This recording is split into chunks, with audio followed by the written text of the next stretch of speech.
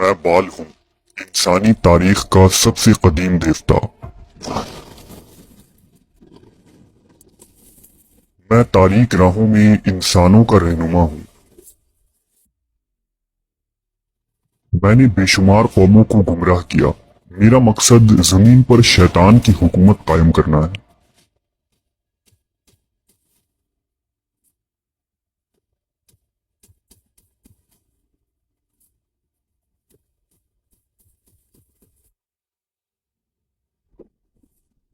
इस ज़मीन पर जितनी पुरानी इंसानी तारीख है, शायद शैतान परस्ती भी तब से ही वजूद रखती है। इस ज़मीन पर शर और बुराई बड़े पैमाने पर मौजूद है और खुदा चाहे तो उसे एक कलमा कुन के ज़रिया ख़त्म कर सकता है, लेकिन ऐसा मालूम होता है कि खुदा उन बुराइयों को मिटाना नहीं चाहता, बल्कि उसने ये जिम्मेदारी और इख्तियार हम इंसानों को दे दिया है। दर हकीकत बुराई और अच्छाई में चुनाव ही इंसानों के लिए सबसे बड़ी आजमाइश है, जिस बिना पर हमारा हिसाबो किताब होना है। उन बुराइयों और शर में शैतान की पूजा एक तारीखी हकीकत है जो शायद आज भी मौजूद है, एक ऐसी कुव्वत जिसे ज़माना कदीम से पूजा जाता रहा है। उन्हीं शैतानी कुव्वतों में एक नाम बाल ज़बूब या बाल का है। बाल दरअसल अबरानी ज़बान का लफ्ज़ है जिसके माने आका, सरदार और मालिक के हैं। ज़माना कदीम में सेमेटिक यानी सामी अक़वाम इस लफ्ज़ को इला या खुदा के माने में इस्तेमाल किया करती थी और उन्होंने एक ख़ास देवता को बाल का नाम दिया था। तारीख़ की किताबों से पता चलता है कि बाबुल से लेकर मिस्र तक पूरे मशरिक़ वस्ता में बाल की पूजा होती थी। खुसूसन लबनान और शाम व फ़लस्तीन की फ़ुनीकी, आरामी और किनानी कौमें उसकी पूजा करती थीं और शायद बाल तारीख़ में पूजे जाने वाला सबसे बड़ा और मशहूर देवता था। इस बाल देवता का सबसे बड़ा मंदिर शाम के शहर उगारित में था, जो 2000 साल कबल मसीह में अशूरिया हुकूमत का हिस्सा था। जब 19वीं सदी में उगारित के इलाकों में माहिर आसार ने खुदाई का काम शुरू किया तो उन्हें वहां ज़ेर ज़मीन एक अजीमुशान महल और खंडर मिला, जिसमें कई किताबें, तख्तियाँ और तकरीबन 100 कमरे मौजूद थे। उस महल में पानी का इंतज़ाम, गुस्ल खाने और सोने के साजो सामान मौजूद थे।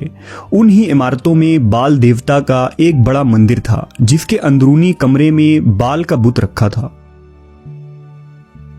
इस मंदिर में रखे तख्तियों में बाल देवता की तारीख और ताकत व कुव्वत के बारे में उगारती ज़बान में मालूमात लिखे हुए थे, जिसके मुताबिक बाल तूफ़ान का देवता है जो ज़मीन का सरदार है। बाल निहायत ही ताकतवर और मुतकब्बिर देवता है जो दूसरे देवताओं और इंसानों पर हुकूमत करता है। बाल ने ईल नामी देवता से लड़ाई की थी और इस जंग में शिकस्त के बाद वो आलम अरवाह में चला गया। बाल की बीवी यसीरियत और बहन अन्नात मोहब्बत और जंग की देवी है जो ईल को कत्ल करती है और बाल की हुक्मरानी उसे दोबारा वापस मिलती है।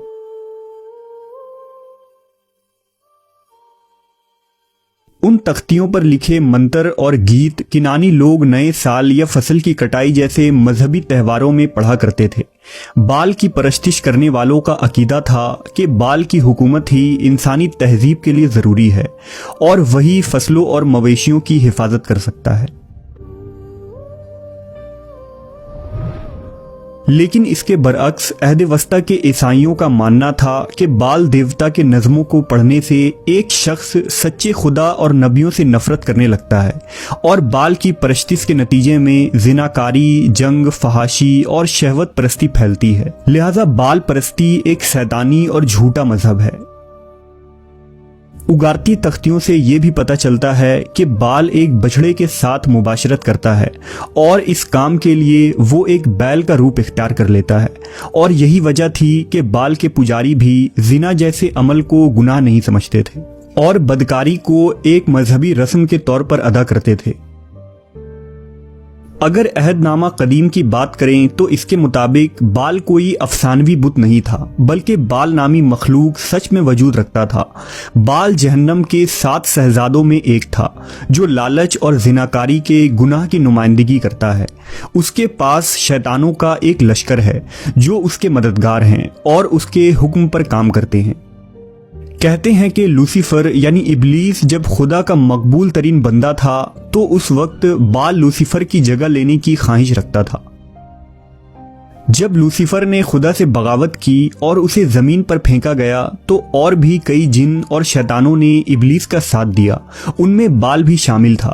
لہذا بال لوسیفر کا ساتھی بن گیا اور اس نے اس کی مدد کی تاکہ آدم کی اولاد کو بہکائے اور انہیں سچے خدا کی عبادت سے دور کر دے۔ لوسیفر کے مشن کو آگے بڑھاتے ہوئے بال نے قوم نوح کو گمراہ کیا تھا اور اس کے بعد اس نے فنیکی قوم کو اپنی پوجا میں لگا دیا۔ سیمیٹک کہانیوں کے مطابق بال نے سب سے پہلے خود کو ایک بیل کے طور پر پیش کیا تھا جس کے بت کنان کے ہر مندر میں رکھے تھے۔ بعد کے زمانے میں بال مختلف قسم کے راکشش اور عجیب و غریب مخلوق کی شکل میں نمودار ہوتا رہا، جس میں ایک بکرا جس کی ایک بڑی دم تھی یا دیو ہیکل مکھی، بلی اور دوسرے عجیب و غریب قسم کے انسان نما جانور شامل ہیں۔ عالمی سطح پر بال دیوتا کو شہرت تب ملی جب ابراہیمی مذاہب میں بال کی پوجا شروع ہو گئی اور یہودیوں نے بال کو اپنا خدا بنا لیا۔ دراصل جب حضرت موسیٰ علیہ السلام کی رہنمائی میں بنی اسرائیل مصر سے نکلنے کے بعد فلسطین میں آ کر آباد ہوئے تو وقت گزرنے کے ساتھ بنی اسرائیل نے توریت کی مخالفت شروع کر دی اور مشرک قوموں کے ساتھ شادی اور معاشرتی تعلقات بنائے، لہذا بنی اسرائیل کے اندر بھی شرک کی بیماریاں پھیلنے لگیں۔ بال ہی وہ دیوتا تھا جس کی پوجا بنی اسرائیل نے تب شروع کی جب موسیٰ علیہ السلام کوہ سینا پر گئے تھے اور حضرت موسیٰ کے غیر حاضری میں انہوں نے یہ کہنا شروع کر دیا کہ بال ہی وہ دیوتا ہے جس نے ہمیں فرعونیوں سے نجات دی اور وہی ہمیں ان فرعونیوں کی طرح امیر بنا دے گا اور حکومت عطا کرے گا۔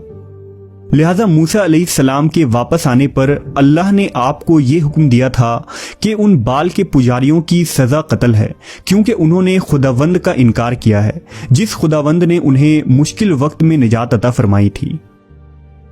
بائبل کے مطابق موسیٰ علیہ السلام کے خلیفہ حضرت یوشع بن نون کی وفات کے بعد بنی اسرائیل کو ابلیس نے گمراہ کر دیا اور وہ بال اور استارات کی پوجا کرنے لگے اور خداوند خدا کو بھول گئے۔ علماء اور قاضیوں نے انہیں بہت سمجھایا اور شریعت موسوی پر لوٹ آنے کی ہدایت کی، لیکن وہ اس شرک پر ڈٹے رہے۔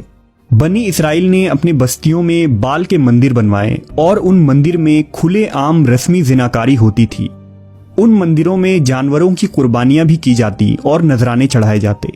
کہتے ہیں کہ بال دیوتا بچوں اور عورتوں کی بلی مانگتا تھا، لہٰذا بال کے پجاری انسانوں کو اس کے آگے ذبح کرتے تھے۔ صورتحال اس قدر بدتر تھی کہ بچے کے پیدا ہونے سے پہلے ہی عورتوں کے پیٹ کو چیر کر ماں کے پیٹ سے بچوں کو نکال لیا جاتا اور انہیں بال کے آگے ذبح کیا جاتا تھا۔ یہی وجہ ہے کہ جب اللہ نے ابراہیم علیہ السلام کو حکم دیا تھا کہ اپنے اولاد اسماعیل کو اللہ کی راہ میں قربان کریں اور ابراہیم علیہ السلام حضرت اسماعیل کو قربان کرنے لگے تو اللہ نے حضرت اسماعیل کی جگہ دمبے کو بھیجا اور حضرت اسماعیل کو بخش دیا، کیونکہ خداوند خدا اس وقت یہ بتا رہے تھے کہ انہیں انسانوں کی قربانی نہیں چاہیے۔ انسانوں کا خون بہائے بغیر بھی اللہ انسانوں کو اعلیٰ ترین درجے پر فائز کر سکتا ہے، یعنی سچا خدا زندگی بچاتا ہے اور بال جیسے باطل خدا لوگوں کی زندگی لیتا ہے۔ بنی اسرائیل میں بال کی پوجا بادشاہ اخی اب اور ملکہ ایزابل کے دور حکومت میں اپنے عروج پر تھا۔ ملکہ ایزابل بال کی پوجا کیا کرتی تھی اور اس نے بادشاہ اخی اب کو بھی شریعت موسوی سے ہٹا کر بال کی پوجا میں لگا دیا تھا۔ بنی اسرائیل کے علماء اور سچے خدا کے ماننے والے اب بھی موجود تھے، لیکن ان کی تعداد کافی کم رہ گئی تھی، لہذا اللہ نے ان کی ہدایت کے لیے حضرت الیاس علیہ السلام کو بھیجا۔ حضرت الیاس نے بادشاہ اخی اب کو سچے خدا پر ایمان لانے کی دعوت دی اور یہ ثابت کرنے کے لیے کہ موسیٰ کا خدا ہی حقیقی خدا ہے، حضرت الیاس نے کوہ کامل پر ان مشرکوں سے مقابلہ کیا۔ بال کے پجاریوں نے جانور کو ذبح کی اور حضرت الیاس نے بھی قربانی پیش کی पुजारी बाल देवता से आसमान से आग उतारने के लिए दुआ करते रहे, लेकिन आसमान से कोई आग नाजिल न हुई। जबकि इलियास अलैहिस्सलाम ने जब अल्लाह से दुआ की तो आसमान से एक आग की लहर उतरी और कुर्बानी के गोश्त को जला दिया, जिससे बनी इसराइल के अक्लमंद लोग समझ गए कि इलियास अलैहिस्सलाम का रब ही सच्चा माबूद है और वो उस हकीकी माबूद पर ईमान ले आए। लेकिन वक्त गुजरने